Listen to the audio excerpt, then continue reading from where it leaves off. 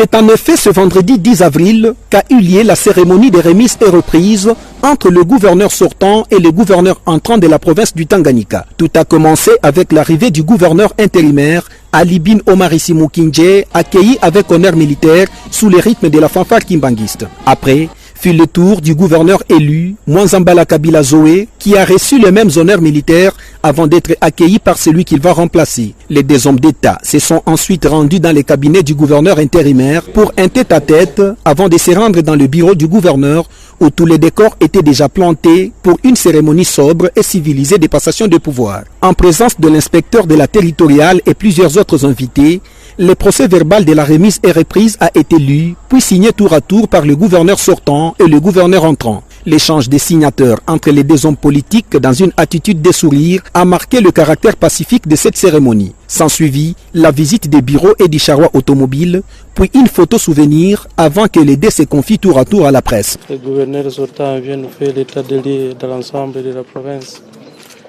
et tout est relativement calme, et sauf quelques cas d'insécurité par-ci par-là et surtout la ville de Kalemi.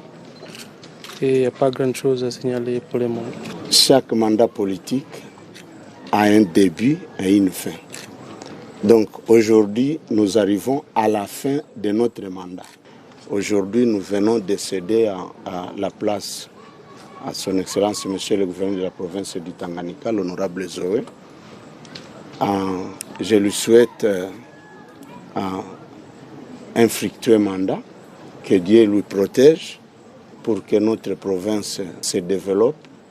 Mais il ne peut pas développer la province du Tanganyika lui seul. Nous sommes là, les notables de la province, et les filles et fils du Tanganyika, nous sommes là derrière lui. Nous restons aujourd'hui à ses conseillers. Zoé Kabila devient alors deuxième gouverneur élu de l'histoire de la province du Tanganyika depuis son démembrement au Grand Katanga. Il succède à Richard Ngoïki Tangala, en place depuis novembre 2015, avant de se faire élire député national au scrutin du 30 décembre 2018.